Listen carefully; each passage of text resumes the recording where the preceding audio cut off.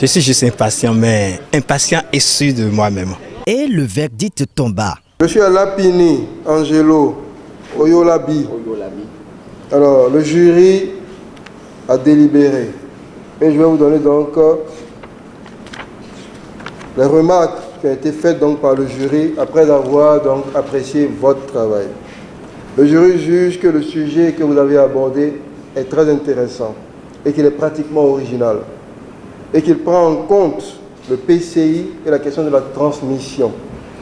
Le jury estime également que les résultats auxquels vous êtes parvenus sont très satisfaisants, en dépit de quelques coquilles que vous devez absolument corriger, mais également les éléments de méthodologie qui vous ont été donc donnés, les remarques qui vous ont été faites, vous devez absolument également donc les intégrer, et c'est sous cette réserve-là que le jury a décidé d'accepter votre travail et de vous donner donc la note, la mention très bien, la note de 17 sur 20. Telle est la note qui a couronné les efforts de Angelo Oyolabi Alakmini après la présentation de son projet de recherche intitulé « Problématique de la transmission des techniques de tissage artisanal de paille à la Cour royale d'Abomey ». Les dessous du choix porté sur ce sujet de soutenance sont très clairs. Nous sommes le lundi 9 mai 2022. Bienvenue à l'EPA. Entendez, École du patrimoine africain. C'est en cherchant à répondre à la question « Quel est le pain africain ?» que j'ai fait recours à ce projet.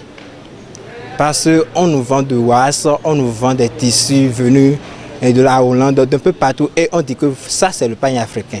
Est-ce réellement ça le pain africain?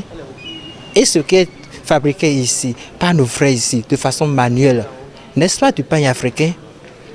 Là, nous avons abordé la problématique de transmission des techniques liées au tissage artisanal. Parce que à la Cour royale d'Abomey ou à Abomey, le tissage a été repris et reformé par le roi Agonglo, le 8e de la dynastie royale. Lui, il a fait de 789 à 797. Et depuis lors, ses enfants, ses descendants sont devenus tisserands parce qu'il les a initiés à ce métier. Et c'est devenu un héritage, un patrimoine pour toute la famille.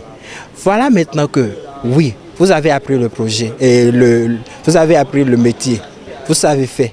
Mais il n'y a pas de marché pour écouler vos produits. Il n'y a pas de consommateur pour vos produits. Là, la majorité de ces enfants sont obligés d'abandonner le tissage pour se donner à autre activité. Et nous, on a vu la menace sur ce savoir-faire de la Cour royale. La disparition prochaine de ce savoir-faire de la Cour royale, c'est ça qui nous a plus motivés à aller maintenant nous intéresser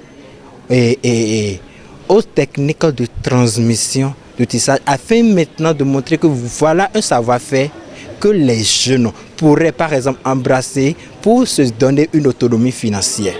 Mais à enquêter avec les jeunes, nous avons vu qu'ils ne sont du tout pas intéressés par l'apprentissage du tissage artisanal, parce que pour eux, c'est un métier difficile, qui n'est pas valorisé au pays.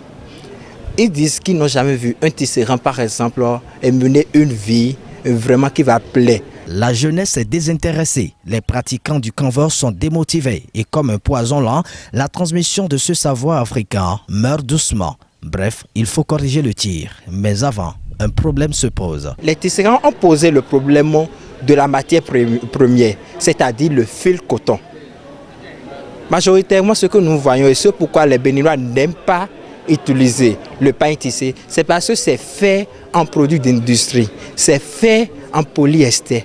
Et là, quand vous portez ça déjà en Afrique où nous avons la chaleur, c'est que vous n'êtes pas à l'aise.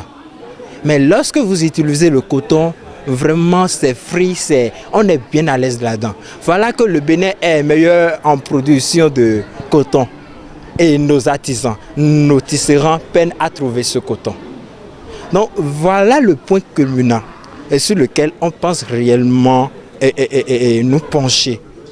Comment faire maintenant pour rendre disponible la matière première aux tisserands et sur place?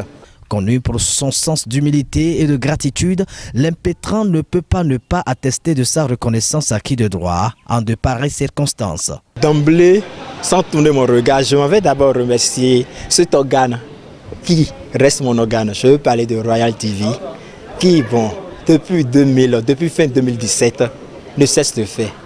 Également, voudrais-je remercier l'équipe qui dirige l'EPA actuellement, et derrière le docteur Franck Ogou, qui en est le directeur. Sans cette équipe, je ne serais là. Également, je m'en voudrais de ne pas dire merci à tous les camarades de promotion, à tous les camarades de ce programme de formation, parce que chez nous ici, à l'école du patrimoine africain, on n'est pas des étudiants. C'est comme si nous sommes dans un réseau, c'est comme si nous sommes dans une famille.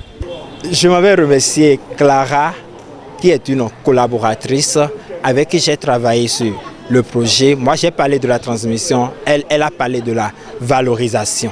Désormais titulaire de licence en gestion du patrimoine, Angelo contribuera à coup sûr à la transmission et surtout à la valorisation de cet héritage si riche. Son style vestimentaire en dit bien long, comme le disent les Anglais, wit and see.